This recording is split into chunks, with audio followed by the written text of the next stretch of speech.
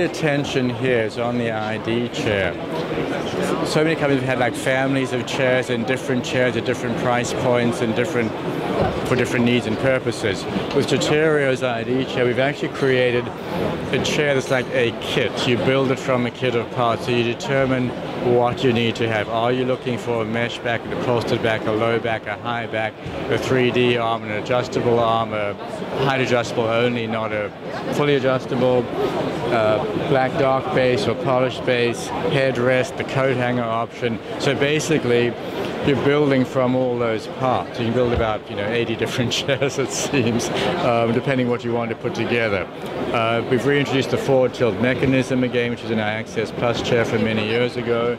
And there are all those different back options, different base options, and of course different price points for each. So once your customers accepted they want this mechanism in that seat, then you get into a pricing issue. Well, can the back be the lower cost mesh? Do you have to have that fabric? Or you can do the trim version, which is the back goes up and down like we saw on those orange ones over there.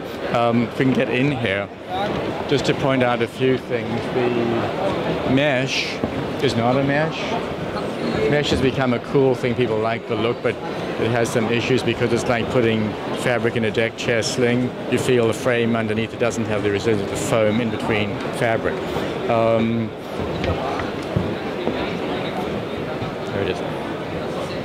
This is actually on the Unix, but it shows the mesh. The Unix is another whole chair family here, but this is double construction. There's a layer under here, and this is on top. So it really is a fabric that's knitted, as it were, but we're calling it our mesh. It looks like a diamond mesh. Very comfortable, very resilient. This in the plastic frame back, the first one is the lowest cost iteration of the ID chair. And then you go up through all the other finishes to the high back with the height adjustable. There's one here with the diamond mesh back. There we are with the fabric back. And you see someone there with the neck rest with the coat hanger detail, which can be had without the neck rest. We can still put the coat hanger on the back in the more mobile workplaces when people show up and they are only temporary there. And they go in with their coat across the courtyard to the other building. They don't have their locker, their coat place, but it's a useful thing to have, so you don't have these clothes being catching and being pressed between the table edge and the chair. More conference looking, you can put the aluminum loop arm, which references the Maida chair and the AC4 chair Chera did for us.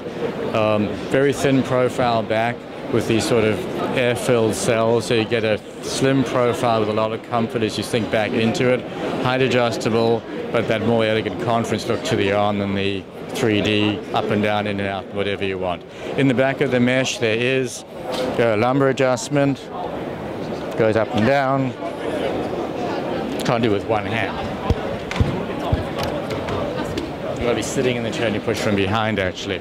But you can actually, it's not really needed because of the way this is woven tighter, but we've got so many people specify health and wealth, safety, whatever those people, it must have this checklist, so it's something we can slot that in and add, but we actually deal with this by the tension here being tighter than here. But it's basically whatever the need, whatever they're calling for with ID, we can probably answer it. If it's a technical spec and if it's a price point, there's a way to build it to hit their price with one chair. They always have this fear it will make all the other chairs go away in the long run because it means everything. I think it's what the market needs right now. And it simplifies the whole, when you look at chairs, you start with one company and it said, let's build the chair we need with this one product. I think it's really unique. On the ID chair, I didn't mention that there's a special program where which is offered to large end user purchasers of the chair.